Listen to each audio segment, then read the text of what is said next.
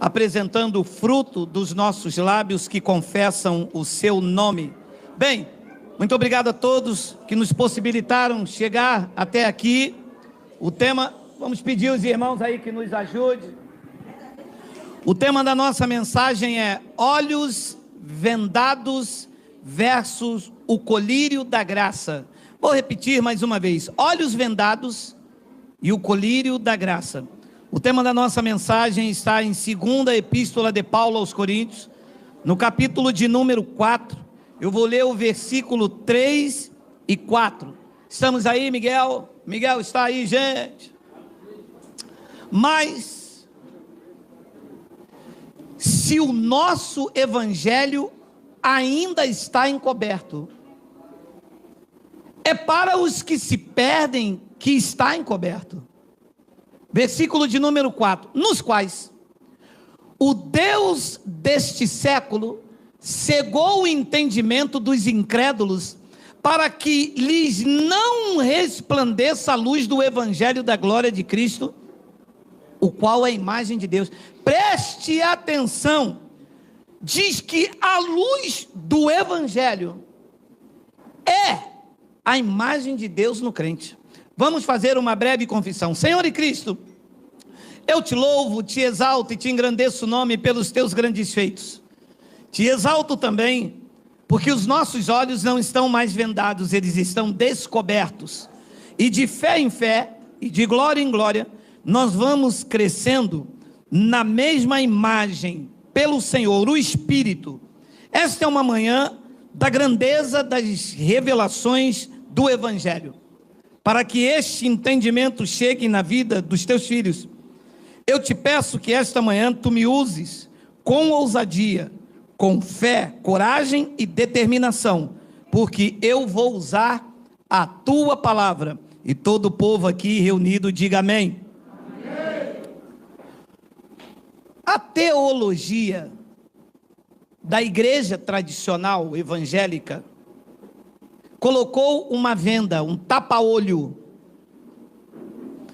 O véu foi rasgado, eles costuraram o véu, impossibilitando as pessoas de chegarem a Deus, porque vocês sabem, para se chegar a Deus na religião evangélica, primeiro tem que ir ao pastor. Se você assistir um culto e não for lá na frente confessar a Jesus e o pastor orar, você volta como desviado, você volta sem Deus. Sempre foi assim. Sim, sempre foi. Uma pessoa na religião, ela só é crente se ela for da igreja X, A ou Y. Se ela não pertencer a uma igreja, ela é um desviado. É verdade. Isto se chama um tapa-olho, que coloca-se no entendimento. Isto é o véu costurado, porque o acesso a Deus está livre. E deixe-me ser bastante direto. Uma pessoa perde o acesso, se é que é possível, perde o acesso quando ela entra para dentro da igreja.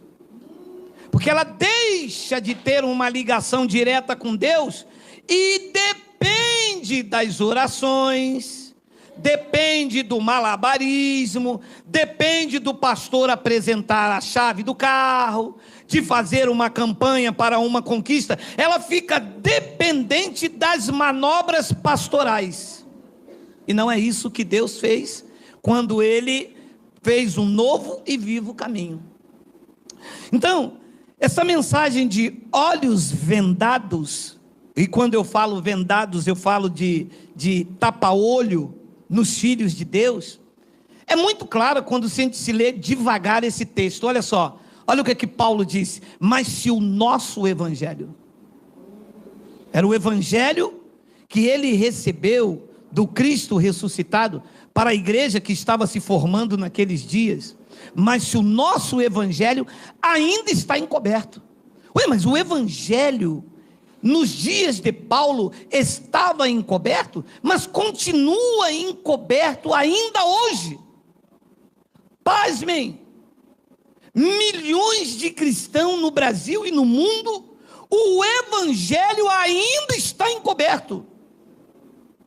Porque Porque quando uma pessoa se batiza nas águas para ser uma nova criatura, é claro que o evangelho ainda está encoberto. Quando uma pessoa ainda vê um edifício como um santuário, é claro que o evangelho ainda está encoberto. Quando uma pessoa vê o homem como pastor dela, é claro que o evangelho ainda está encoberto. Paulo disse: se o nosso evangelho ainda está encoberto, leia, é para os que se perdem. Mas se perdem aonde? Que uma vez que a pessoa é de Cristo, desde antes da fundação do mundo, é de Cristo para sempre. Se perdem na religião, na ignorância espiritual, se perdem aqui na sua mente cauterizada, servindo a homens e não a Cristo.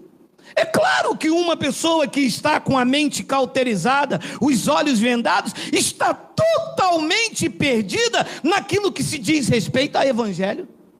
Então, se o evangelho está encoberto, é claro, para os que se perdem, é que está encoberto. Eu já estive perdido, pensando que eu tinha me achado em Cristo. Mas eu só me achei em Cristo quando o véu foi retirado. E aí vem o que nós vamos trabalhar um pouco no versículo 4. 4. Nos quais, aqui está uma frase que nós vamos trabalhar ela alguns minutos. Nos quais o Deus deste século cegou o entendimento dos incrédulos. Pode parar isso aqui. Então aqui, me entra a sabedoria humana. Aqueles que escurecem os desígnios de Deus com palavras sem sabedoria e que se torna um jargão na boca dos crentes. E eles dizem: ah lá, o diabo cegou o entendimento dos crentes. Dizem ou não dizem? Dizem. Por quê? Porque como o evangelho está encoberto, como não entende bulufas de evangelho, entende de lei, porque evangelho de Paulo é um jargão. E quando você apresenta as verdades do evangelho, o crente sabichão que não conhece evangelho. Você conhece desses crentes sabichão? O crente sabichão que não conhece o evangelho. Ele conhece campanha, ele conhece batismo nas águas, ele conhece culto de libertação, ele conhece jejum, ele é dizimista fiel, ele tem o reteté, ele tem tudo, mas ele não tem evangelho. Ele conhece a Bíblia de ponta a ponta, mas ele não conhece o evangelho. O evangelho está vendado, está encoberto. E quando você apresenta alguma coisa da sabedoria do Espírito, sabe o que eles dizem? Bem que o diabo cegou o entendimento. O diabo é o Deus desse século, está na Bíblia. Você não lê Paulo? Não, espera aí. Primeiro, antes de você vir conversar comigo sobre evangelho, eu, com a 4ª série, tenho que te ensinar algumas coisas que a escola dominical não te ensinou.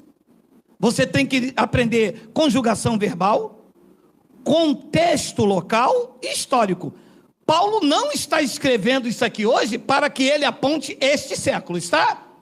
Então, quando Paulo fala o Deus deste século, é o século 21 ou o primeiro século da era cristã em que Paulo estava vivendo? Então, isto é uma aula que a escola dominical não apresenta. É verdade. Porque pegam isso aqui e futurizam. O Deus deste século. Mas isso não está sendo escrito hoje. Então, o Deus deste século é o Deus do século de Paulo. E Deus ali não é diabo. As pessoas leem diabo, mas ali não está escrito diabo. Ali está escrito Deus com D minúsculo. E Deus com D minúsculo é diabo na Bíblia? Não. Quem disse não aí errou. Volta lá para a escola bíblica dominical. Pergunta os bacharéis em teologia. Pergunta aos PhDs. Pergunta aos bispos da igreja. Quem é Deus ali, que eles vão dizer que é o coisa ruim, é o sete flechas, é o Satanás. Ronaldinho Gaúcho comemorando gol. Não é feio, né? Não. É feio, cara. Esse é o... Me desculpe, Ronaldinho Gaúcho, mas tu é feio, cara. Salmos de número 82, versículo 1 ao 7. Leia. Deus assiste na congregação divina. No meio do diabo. Como não? Se lá lê Deus é diabo e aqui mudou. Leia. Deus assiste na congregação divina. No meio dos deuses estabelece o seu julgamento. A quem é que esta palavra deuses está se referindo nesse texto? Aos juízes. Que eram homens. Tem nada divino. Não tem nada a ser um ser espiritual. Vamos ler. Texto e contexto nos doutores. Vamos lá. Aula. Alô? Tem alguém aí, Mateus? Mateus não está aí hoje? Depois ele me responde. Versículo 2. Até quando julgareis injustamente? Você entende que o texto está sendo direcionado aos juízes da época? Até quando julgareis injustamente e tomareis partido pela causa dos ímpios? A palavra deuses está sendo dirigido a um ser espiritual ou a homens que estavam julgando injustamente? Aos homens. Versículo de número 3. Fazei justiça ao fraco e ao órfão, procedei retamente para com o aflito e o desamparado. Versículo de número 4. Socorrei o fraco e o necessitado, tirai-o das mãos dos ímpios. 5. Eles nada sabem nem entendem, vagueiam em trevas, vacilam todos os fundamentos da terra. 6.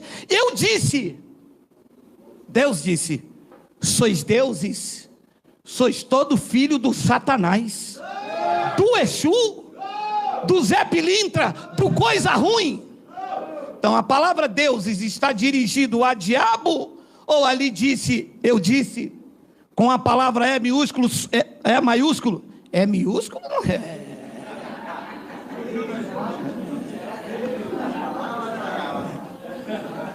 Sois deuses, meu amado. É maiúsculo. Ele disse, sois deuses. Sois todos filhos do Deus Altíssimo. E o versículo 7? Todavia, como o diabo, como o quê? Como homens. Então, quem era o Deus daquele século? Era Moisés. Nós vamos lá mostrar, calma. Primeiro eu preciso comprovar a você que Deus na Bíblia com D minúsculo não tem nada a ver com o diabo ou um ser das trevas. Era direcionado em especial aos juízes e aos filhos dos homens. E Moisés era um homem considerado como um Deus, assim como tu és um Deus, porque tu julga retamente pelo Evangelho de Cristo. João capítulo 10, versículo de número 32. Disse-lhe Jesus, disse quem? Tenho-vos mostrado muitas obras boas da parte do Pai. Por qual delas me apedrejais? Versículo 33. Responderam os judeus. Não é por obra boa que te apedrejamos, e sim por causa da blasfêmia. Que blasfêmia seria essa que os judeus identificaram de Jesus? Pois sendo tu homem, te fazes Deus a ti mesmo. O que aconteceu aqui? Jesus disse, eu sou filho de Deus. Eles então disseram, não, se você é filho de Deus, logo tu és um Deus. Então isto é uma blasfêmia, vamos apedrejar. Jesus perguntou, e por qual das obras que vocês estão me apedrejando? Não é por obra nenhuma, é porque você é homem, está se dizendo Deus. Olha o que diz o versículo 34. Replicou-lhe Jesus, não está escrito na vossa lei, eu disse, sois deuses? Versículo de número 35. Se ele chamou deuses a quem domina o inferno. Não. A palavra deuses é direcionada a quem? A quem? Se ele chamou deuses aquele a quem foi dirigida a palavra de Deus, e a Escritura não pode falhar. Jesus estava dizendo, ele chama deuses a quem a palavra é dirigida. E se a palavra veio por meio de Jesus, logo também ele era um Deus. Eles não estavam dizendo que na carne ele era um Deus com D minúsculo. Assim como os juízes em Israel, assim como Jesus em quem a palavra foi dirigida. Eles diziam, nós estamos apedrejando porque sendo tu homem, tu te fazes Deus, te fazes filhos de Deus. E se ele chamou deuses a quem foi dirigida a palavra de Deus, E a Escritura não pode falhar. Então, quando os doutores pegam a palavra lá de 2 de Coríntios, capítulo 4, versículo de número 4, eles dizem aí, ó, o diabo cegou o entendimento dos incrédulos. Mas não era diabo, era o Deus daquele século, daquele aion, que governava aquele tempo, aquele mundo oicumene, a terra habitada. Disse Paulo, tem aí, Miguel, 2 de Coríntios 4, versículo 4 de novo, para a gente dar sequência nesse entendimento. Olha lá, mas se o nosso, aí 4, nos quais o Deus deste século, do século de Paulo, daquele aion, naquela terra habitada, o Deus daquele século cegou o entendimento dos incrédulos. Agora você sabe que Deus ali não é diabo. Entendeu? Você sabe que Deus aqui era quem a palavra foi dirigida, era quem julgava, era quem detinha uma autoridade, era quem era alguém com uma influência e detinha um conhecimento da palavra. Naquele caso ali, era este homem aí. Olha lá, segunda epístola de Paulo aos Coríntios, capítulo 3, versículo de número 13. Coloca aí para a gente mostrar o Deus.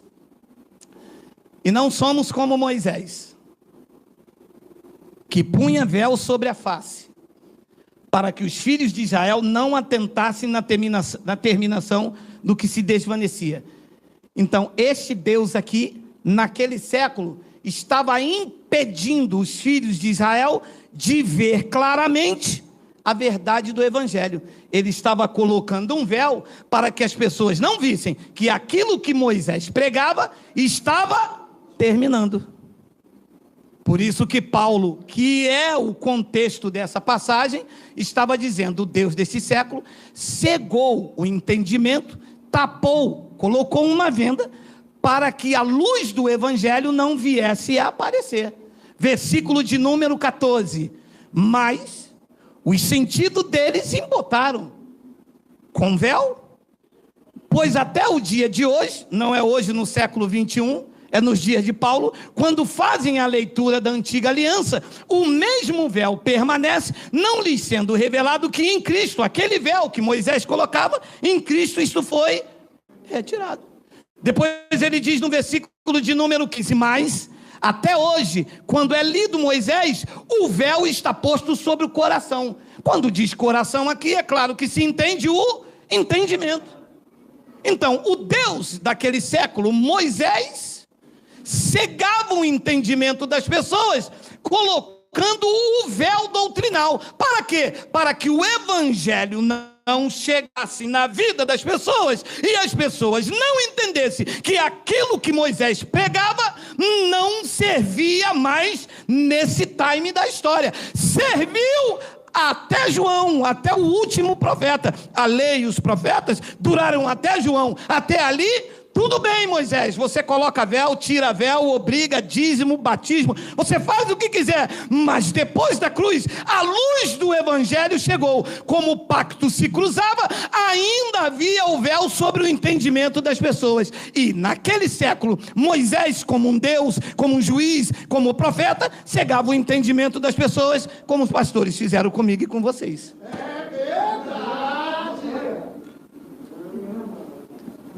Cegou o entendimento, não te deixou ver a luz do Evangelho de Cristo, não te mostrou o novo e vivo caminho, te mostrou o falso caminho da religião, a um caminho que conduzia à morte, à tristeza, à frieza.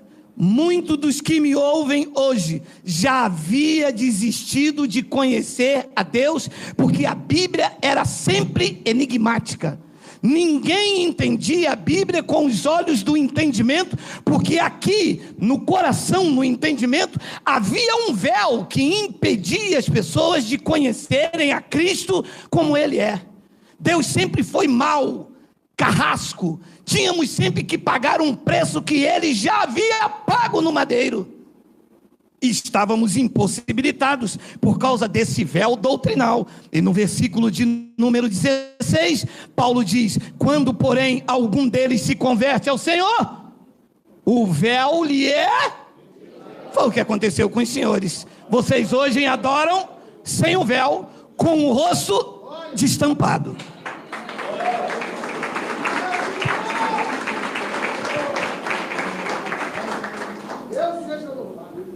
Mil e 900 e poucos anos se passaram.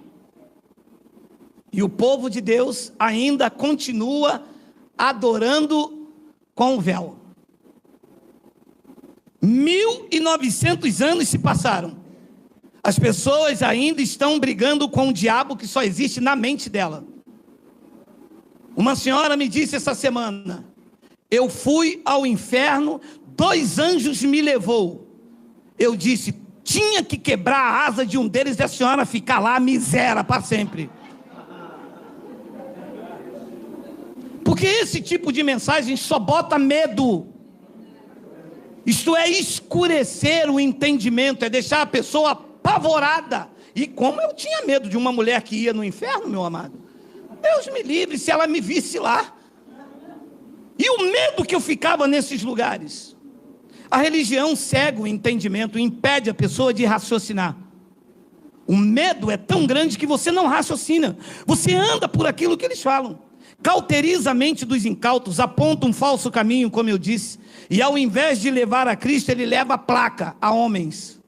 Foi assim com você. Eu tinha orgulho de dizer que eu era pentecostal. Claro que eu não vou dizer o nome da...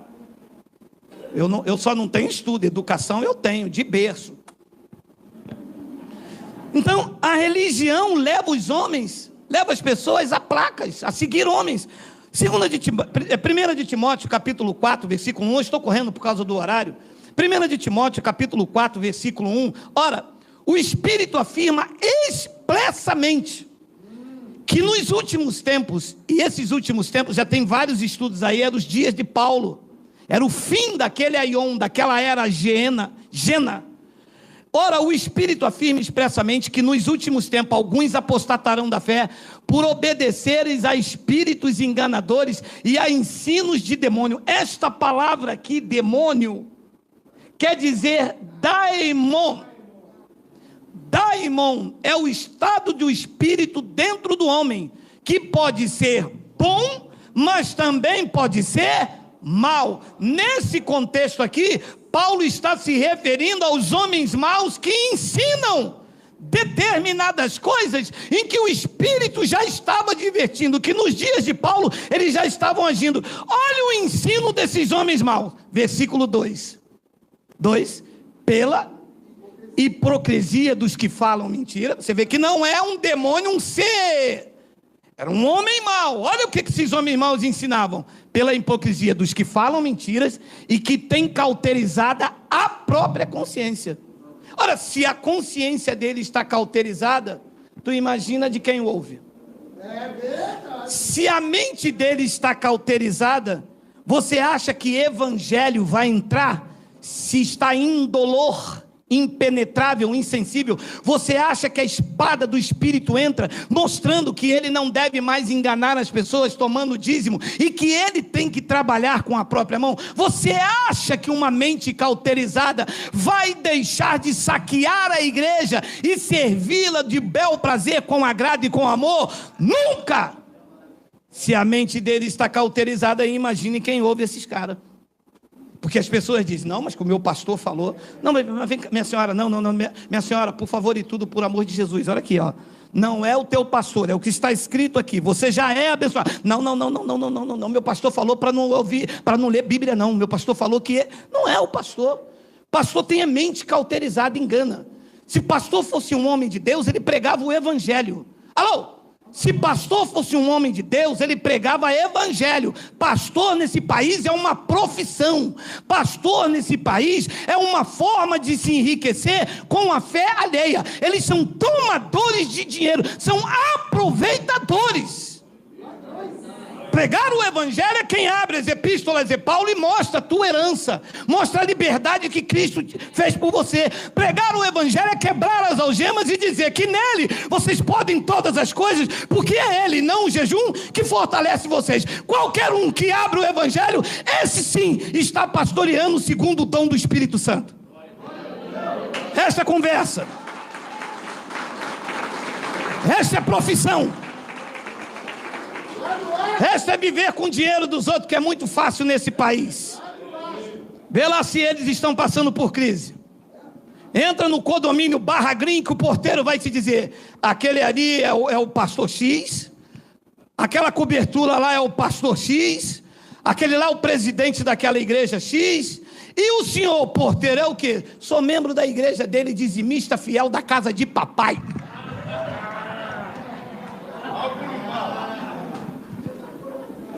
É porque a gente bate em bumbum desses caras, mas tem que dar uma coça nesses dizimistas. Porque o evangelho está encoberto, eles não entendem que o que eles têm é tirado do sofrimento das pessoas.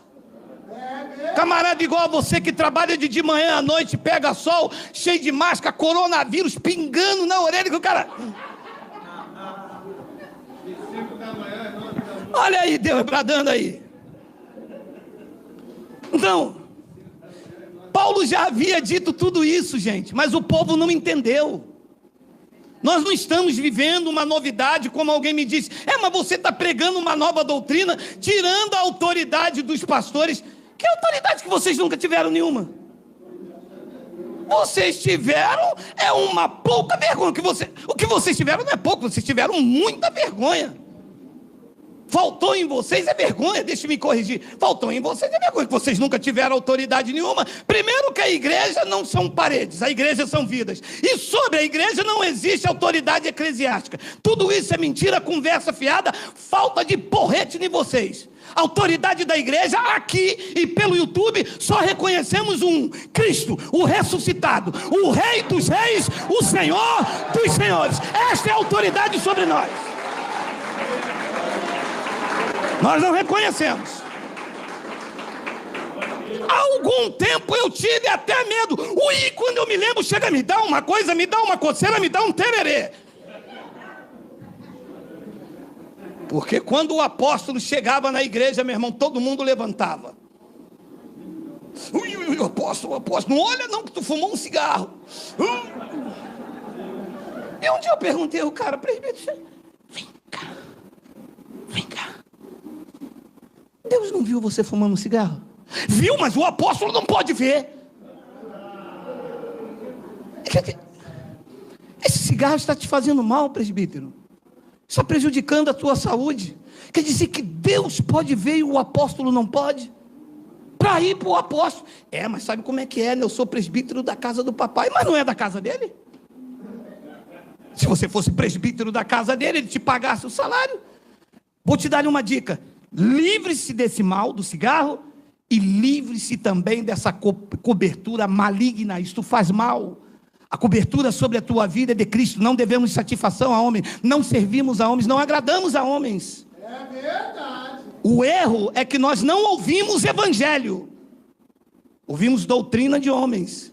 Mas Paulo já havia avisado. Atos capítulo 20, versículo de número 29. Olha aí: eu sei, disse Paulo, quando reuniu os irmãos, você já leu isso dezenas de vezes. Eu sei que depois da minha partida, estavam só esperando Paulo sair com a graça. E é por isso que eles não deixam a graça de Deus entrar no culto deles.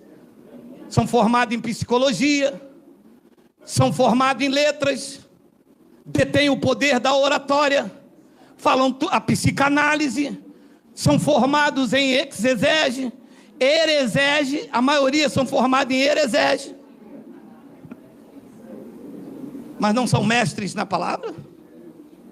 Paulo disse: eu sei que quando eu sair, depois da minha partida, entre vós penetrarão lobos vorazes que não pouparão o rebanho. Paulo, e qual é a característica dessa raça ruim? Versículo 30. Versículo 3, raça ruim, tenho medo não, meu amado. Que é isso aí? É o cão sem rabo, meu amado, aqui também? E que dentre vós mesmo se levantarão homens falando revelação do evangelho. Entre vós mesmos se levantarão homens falando coisas pervertidas para arrastar os discípulos até Cristo. Claro que não. Se for até Cristo, a algema está quebrada. Se for até Cristo, o véu está removido. Mas arrastam até eles para aprisionar, colocar algemas na mente. Porque no pulso não aceitamos mais, é físico. Colocar, engessar aqui e levar até eles e dizer: esse é o meu pastor, pastorzão. Paulo já havia avisado. É que a chamada igreja sofre com isto. A igreja tem medo da verdade. A igreja tem medo de se encontrar com a verdade. A chamada igreja não aceita a verdade. A mentira massageia o ego. A posição de missionária, de dirigente de mesa, do círculo de oração, de secretária, de presbítero. A igreja ama essa feitiçaria e aceita o véu para não enxergar a verdade. É verdade. Existe um encontro no antigo pacto. Ele é muito interessante. É João capítulo 4, versículo 19, Miguel. Versículo 24. Vamos terminar só um pouquinho. Você aí pelo YouTube, não deixa o feijão queimar. Manda aí a vizinha apagar para ela não se perturbar aí com o cheiro. Olha aí. João capítulo 4. Tem aí? Digita para mim, por favor, Miguel. João, o livro histórico de João, capítulo 4. Desceu fresquinho aqui. Versículo de número 19. Desceu aqui no manto, aqui no reteté. Hoje eu vou jogar paletó, hein? Senhor, este é o encontro de Jesus com a mulher samaritana. Senhor, disse-lhe a mulher: vejo que tu és profeta. Versículo de número 20. Olha o véu. Olha a mente tapada. Olha a venda. Olha o evangelho encoberto. Porque isso só teve uma mudança geográfica, tá? Isso acontece também nos dias de hoje. Leia. Nossos pais, disse a mulher ao profeta, que ela viu que o homem era profeta. Nossos pais adoravam neste monte. Vós, apontando para Jesus, entretanto dizeis que em Jerusalém é o lugar onde se deve adorar. Veja, a igreja no século 21 procura um local para adorar.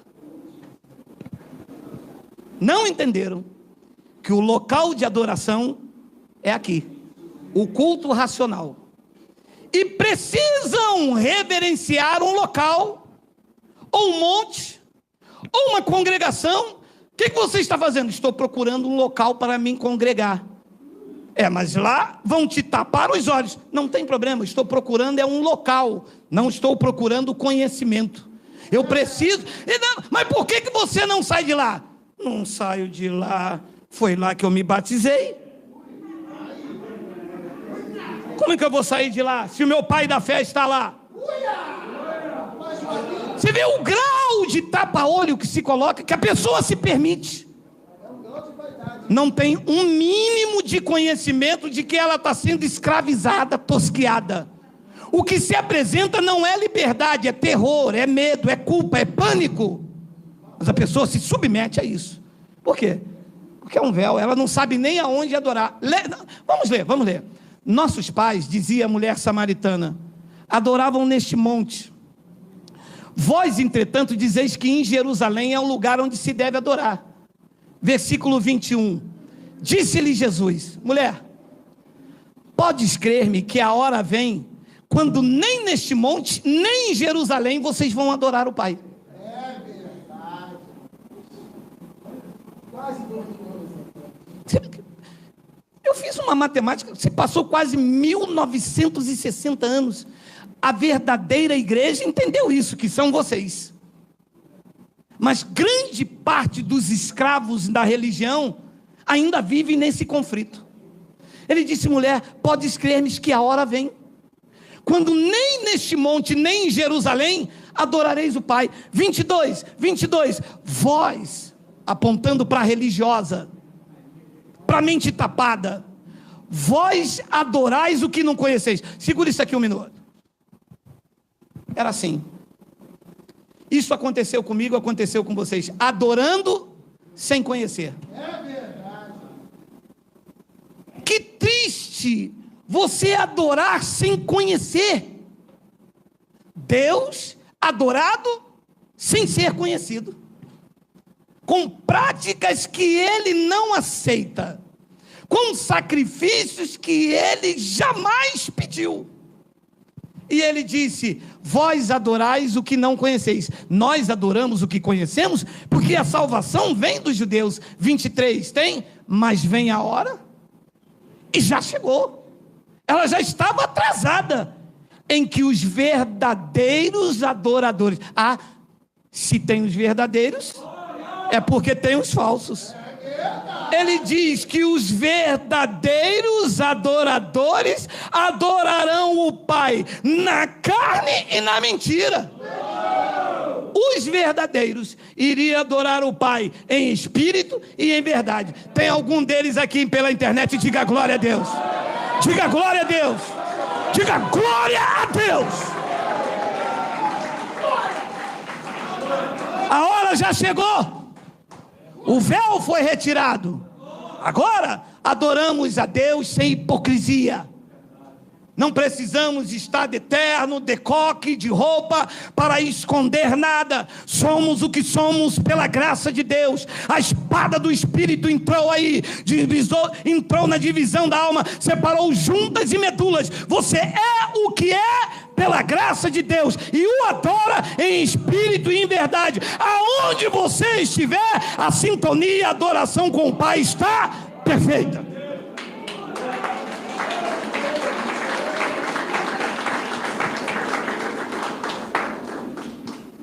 Mas vem a hora, e já chegou, em que os verdadeiros adoradores adorarão o Pai em espírito e em verdade. Porque são esses que o Pai procura para os seus adoradores. A igreja diz: não, você é que tem que procurar a Deus, você é que tem que buscar a Deus. Ele disse: não, os verdadeiros adoradores o Pai procura.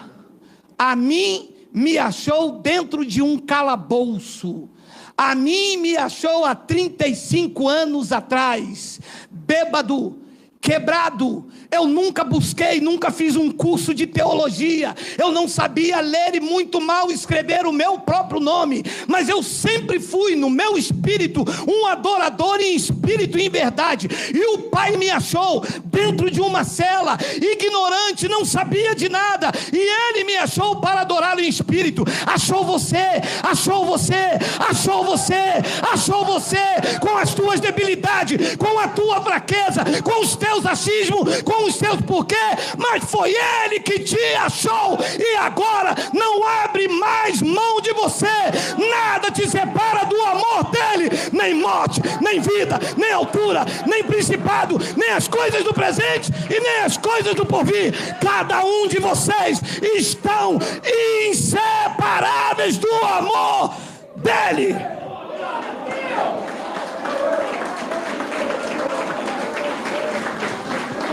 São esses, não sou eu que o procuro, foi o Pai, porque são esses que o Pai procura para seus adoradores. Versículo de número 24, acabou não. Deus é Espírito, e importa que os seus adoradores o adorem em espírito e em verdade. Deus se importa? Deus se importa com alguma coisa? Sim, que a adoração seja em espírito e não na carne, que seja em verdade e não em mentira, na hipocrisia da religião. É isso que Deus se importa. E é exatamente isso que a igreja não faz, que colocou um tapa-olho e acha que você tem que fazer o que Jesus já fez, e nessa prática você vai crucificando para você mesmo novamente o Filho de Deus. Olha o retrato do que estava acontecendo com Paulo. 10 minutos, me segure mais um pouco aí, 10 minutos. Não, hoje está atrasado, o pessoal lá quer fazer macarrão com biscoito, olha aí. Atos, nunca comeu não? Passa porque eu passei, para tu ver se não come. Atos capítulo 17, versículo de número 16, olha só. Enquanto Paulo os esperava em Atenas, O seu espírito se revoltava em face à idolatria dominante na cidade. Versículo de número 17. Por isso, ele dissertava na sinagoga entre os judeus e os gentios piedosos, também na praça todos os dias, entre os que se encontravam ali. O homem tinha argumento, o homem tinha um arsenal. Paulo não tinha esse negócio de pregar uma vez por semana, não. É de manhã, de tarde e de noite. Bateu com Paulo, era tiro, pancada e bomba. O quê? Se batesse de frente com Paulo, se fossem os fariseus, graça neles. Se fossem os gentios ignorantes, ele mandava logo um chega para lá. Mas se fosse a igreja reunida, você saía dali satisfeito, porque o homem tinha um argumento. Ele não tinha Bíblia, ele não tinha o Evangelho, porque estava em curso. Mas se precisasse, ele usava a Torá para contradizer. Eles abriam o pergaminho, Paulo abria a boca e o Cristo ressuscitado enchia. E aquilo que ele falava entrava como uma dinamite, uma dunamis, a ponto das pessoas pegarem os seus livros de arte mágica, queimar tudo e se render ao Cristo ressuscitado, porque em Paulo, aliás dele não ignorar o espinho, a graça sobre a sua vida bastava como basta na vida de cada um de nós. O homem tinha arsenal, e por isso dissertava na sinagoga entre os judeus e os gentios piedosos. Ele ia também na praça todos os dias e entre os que se encontravam ali. Versículo de número 18. E alguns dos filósofos, epicureus, estoicos e bacharéis e presidentes das convenções, se entendam assim, contendiam com ele, havendo quem perguntasse: o que quer dizer esse tagarela? Mas, que falta de respeito, não? Os caras tudo ladrão, e o homem pegando uma unção genuína, ele dizendo: que é?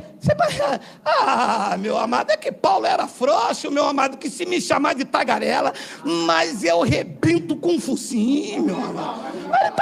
Ele está ali. Ele canta, ele canta, meu amado. Bota ele aqui, ô glória. Bota ele aqui, me chama de tagarela, não. Chama não, meu amado. Que quer dizer esse tagarela? E outros, parece pregador de estranhos deuses, pois pregava a Jesus e a ressurreição. Claro, né?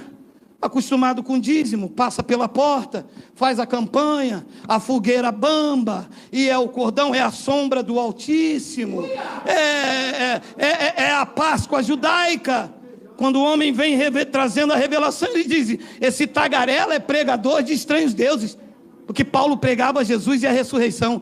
19. Então, tomando-o consigo, o levaram ao Areópago, dizendo: poderemos saber que nova doutrina é essa que tu ensina? Versículo de número 20. Posto que nos trazes aos ouvidos coisas estranhas, queremos saber o que vem ser a isso. 21. Pois todos os de Atenas e os estrangeiros residentes de outra coisa não cuidavam, senão dizer ou ouvir as últimas novidades. 22. Então Paulo, levantando-se no meio do Areópago, disse: senhores atenienses, em tudo vos vejo acentuadamente religiosos. E o pau vai quebrar. Chamou de tagarela. Disse o versículo de número 23: porque passando e observando os objetos do vosso culto, encontrei também um altar, no qual está escrito: ao Deus desconhecido. Olha. Todas as vezes que você entrar num local, ver uma bandeira de Israel, isso está sendo oferecido a um Deus desconhecido. Todas as vezes que você entrar num local e um homem se intitular como presidente da igreja, isto é oferecido a um Deus desconhecido. Porque o Deus conhecido, Paulo vai dizer ali, mas eu já vou antecipar: o Deus conhecido na graça de Deus, ele não divide a sua glória com ninguém. Ele é rei, ele é Senhor, ele é soberano sobre tudo e sobre todos. Se uma ordem determinada pelo Pai, dirigida a cada um dos senhores, não for cumprida do jeito que ele quer, você pode ter a certeza absoluta: Ele quando bate, sabe por que está batendo, não erra pancada, e todos o que ele recebe por filho, ele disciplina, ele corrige e ele açoita. Ele pode fazer isso porque ele é rei dos reis e é soberano sobre tudo e sobre todos. Ele pode. Porque passando e observando os objetos do vosso culto, encontrei também um altar no qual está escrito: ao Deus desconhecido, pois esse que adorais sem conhecer, ui! Adoram sem conhecer. Paulo disse: é precisamente este que eu estou anunciando a vocês. Vocês não conhecem Deus, vocês conhecem manipulação, vocês conhecem cajado pastoral, vocês conhecem sacrifício humano, vocês conhecem placas, convenções, mas vocês não conhecem o Deus que se fez carne e que naquele madeiro pôs fim à lei espiritual, atraiu os gentios, deu uma herança de Abraão a cada um de vocês, e que disse por boca de Paulo que ele vos escolheu desde antes da fundação do mundo, para que vocês fossem abençoados com todas as sortes de bênção. A igreja aí fora não conhece toda graça, conhece o Deus carrasco que solta a mão, conhece o Deus que oprime, conhece um Deus mau, mas não conhece o Deus que disse: tu és meu, tu és meu, tu és meu, tu és meu, tu és meu, tu és meu, tu és meu, tu és meu, tu és dele em Cristo Jesus.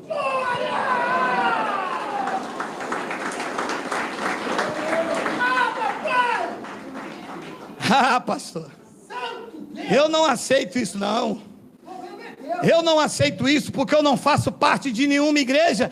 Graças a Deus que tudo está no seu lugar. Graças a Deus, graças a Deus. Se você fosse da igreja, meu irmão, eu ia dizer: sai fora dela. Quem é da igreja não é de Cristo. Quem é da igreja é da religião. Quem é de Cristo em qualquer lugar. Não existe um local para adorar, seja neste monte ou naquele. Disse Jesus: os verdadeiros adoradores adoram o Pai em espírito e em verdade. Diga glória!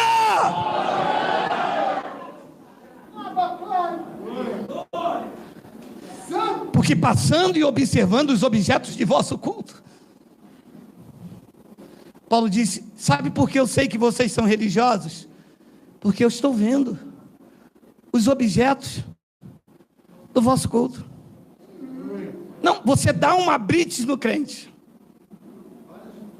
Você vem no domingo de manhã, vem quietinho, não fala nada não, é estratégia de abordagem, tá? Você vem quietinho, quando você chegar perto do crente, você diz: pode parar, blitz, documento. Abre a Bíblia. Toalha, setu, uma desgraça. Desse jeito. A azeitona do Monte da Oliveira, pedaço das vestes de Jesus depois que ressuscitou, o óleo de Tiago que ainda foi envelhecido, tem de tudo. E você pergunta: cadê o evangelho? Não tem. São objetos de culto que Paulo disse: vocês estão acentuadamente religiosos. Versículo 24, 5 minutos, segura esse relógio aí. Espera aí, pô, tem uma bomba guardada, espera aí. O Deus que fez o mundo e tudo que nele existe, sendo ele Senhor dos céus e da terra, leia. Não.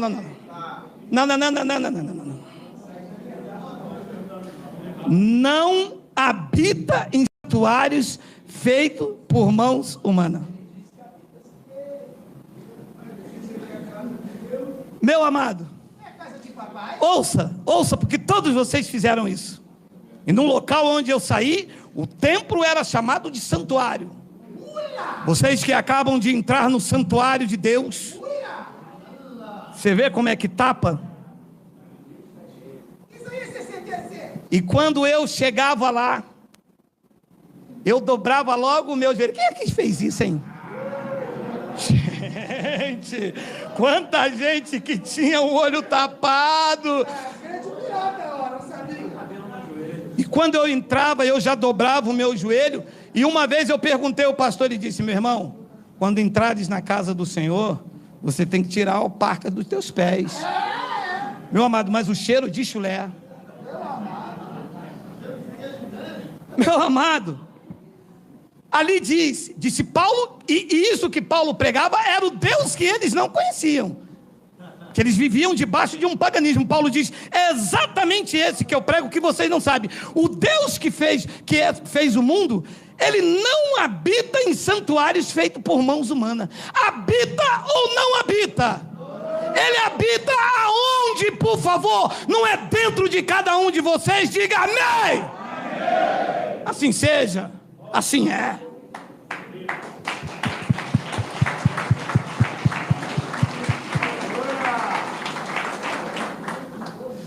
Versículo 25. Tem o 25? Tem. Nem é servido por mãos humanas. Segura. Não. Vou desligar meu telefone. Mas aquelas irmãs do reteté, sinto muito, mas vocês vão ter que destapar o véu de vocês. Minha amada, alô, dirigente do círculo de oração, alô missionária, você que gosta do teu orgulho pentecostal, dizendo que você serve a Deus, leia a palavra com os olhos destapados. Deus não é servido por mãos humanas. É servido por mãos humanas ou não é? Ali diz que não é. Com os olhos destampados, não.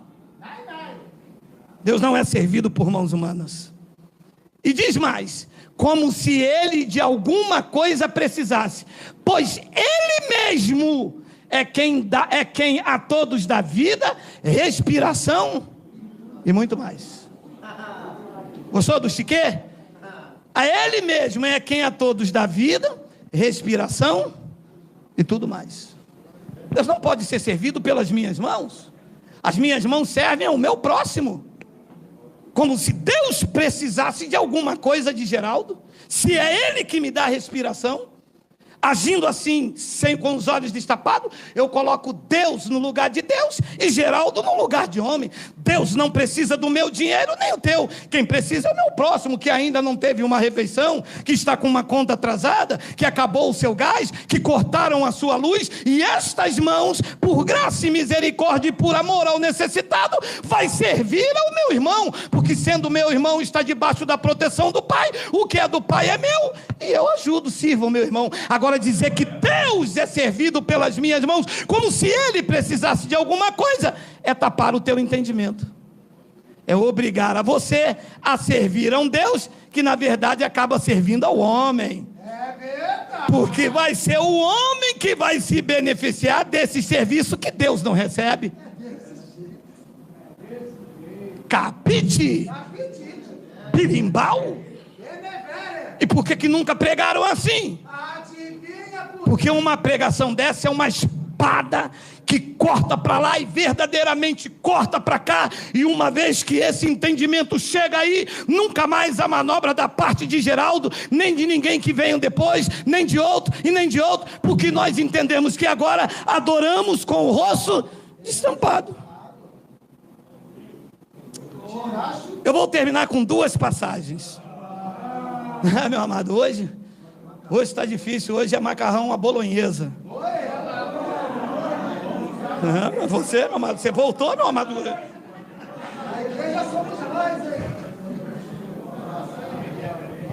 Quem falou, Miguel, aí? É ruim.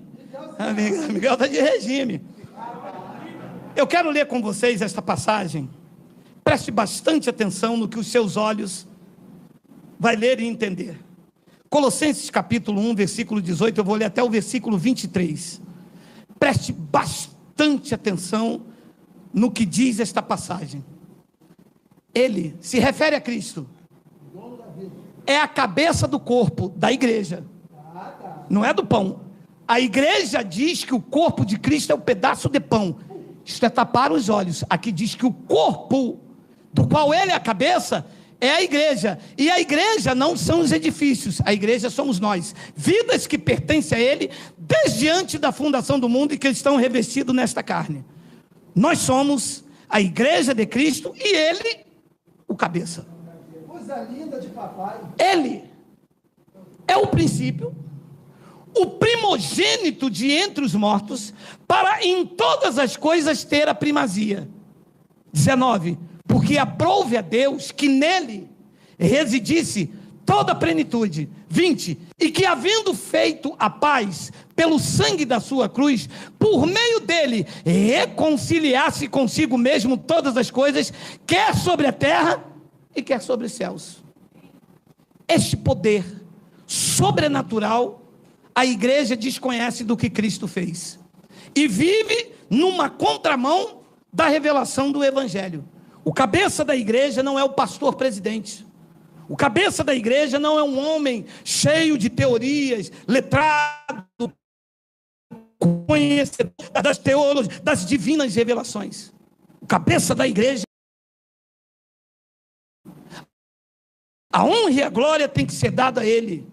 E Paulo diz algo interessante em Efésios capítulo 1, versículo de número 15. Olha aí: por isso também eu, tendo ouvido da fé que há entre vós no Senhor Jesus, e o amor para com todos os santos. 16, não cesso de dar graça por vós, fazendo menção nas minhas ações. 17, para que o Deus de nosso Senhor Jesus Cristo, o Pai da glória, vos conceda espírito de sabedoria e de revelação, no pleno conhecimento de Deus nas igrejas. 18, iluminado os olhos do vosso coração.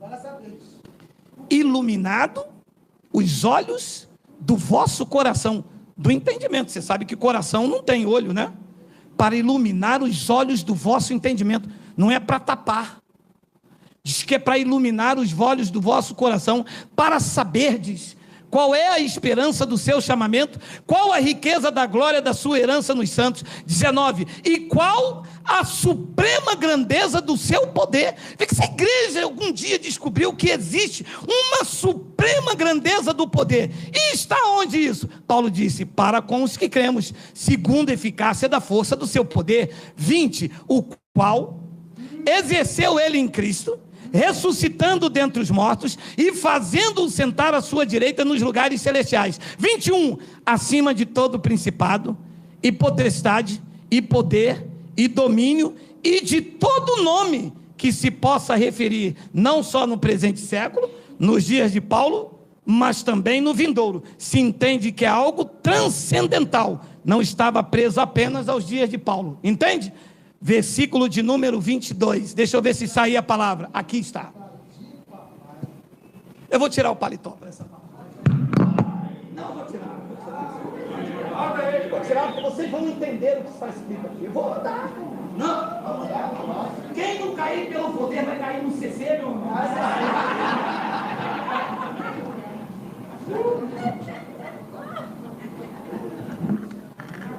Meu amado, preste atenção nessa palavra.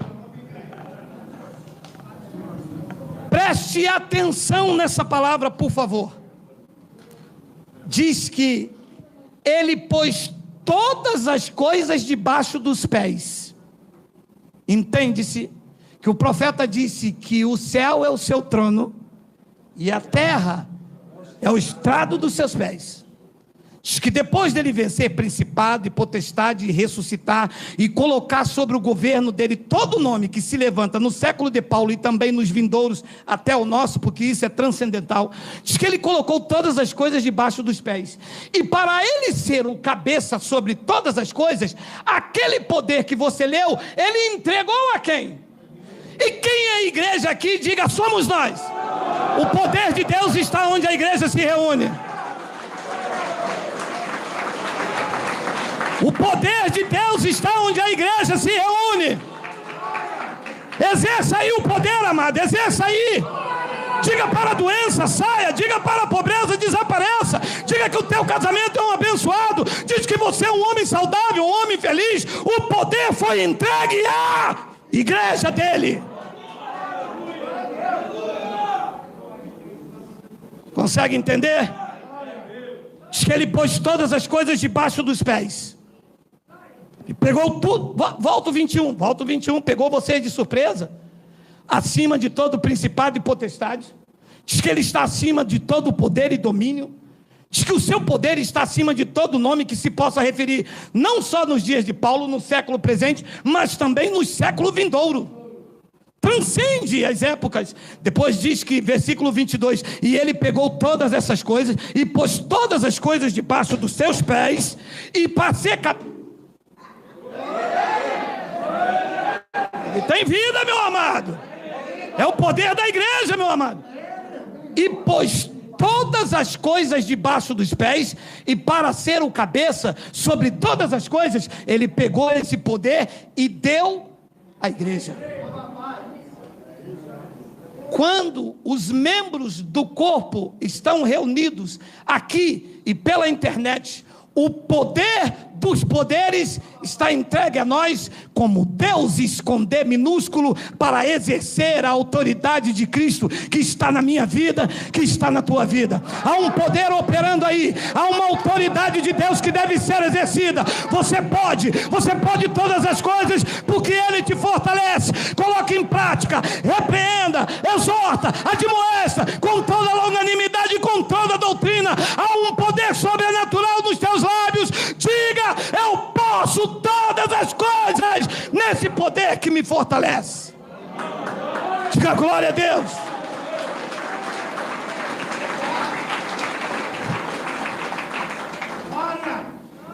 E no versículo 23 ele dá o checkmate, o qual a igreja, o qual é o seu corpo, a plenitude daquele que a tudo enche e em todas as coisas.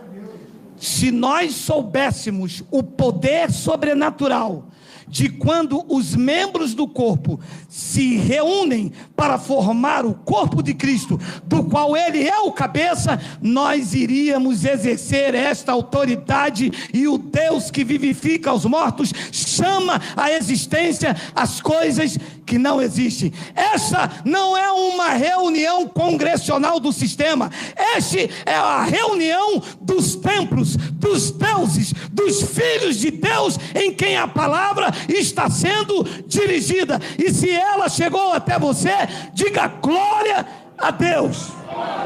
E eu termino com Jó, capítulo 43, Jó, capítulo 42, versículo 3 ao 5. Olha aí, vá com essa palavra. O que é isso aqui, meu amado?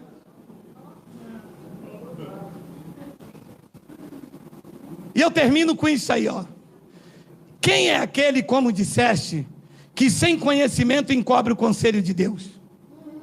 Jó, depois de ser repreendido lá no capítulo 38, na verdade, disse Jó, falei do que não entendia, coisas maravilhosas demais para mim, e coisas que eu não conhecia, claro, com um véu sobre o olho, tapado.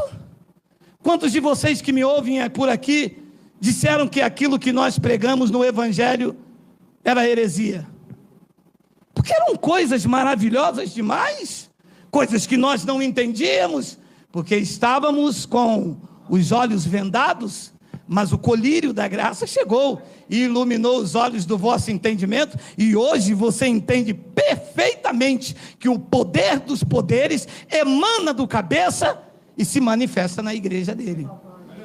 Depois ele diz no versículo de número 4, escuta-me, pois, havias dito e eu falarei, eu te perguntarei e tu me ensinarás. 5, eu te conhecia só de ouvir, mas agora os meus olhos te veem.